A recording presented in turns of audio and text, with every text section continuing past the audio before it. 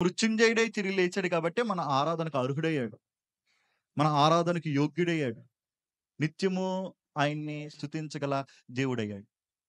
ఇక్కడ ఎప్పుడైతే యేసుక్రీస్తు ప్రభువారు మరణాన్ని జయించి తిరిగి లేచారో, ఆయన గూర్చిన అవగాహన ఆరాధనగా మార్చబడింది.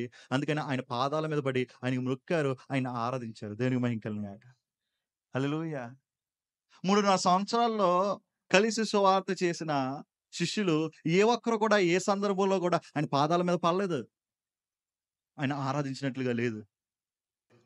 ఎందుకనంటే అవగాహన మాత్రమే ఉంది. ఏముంది?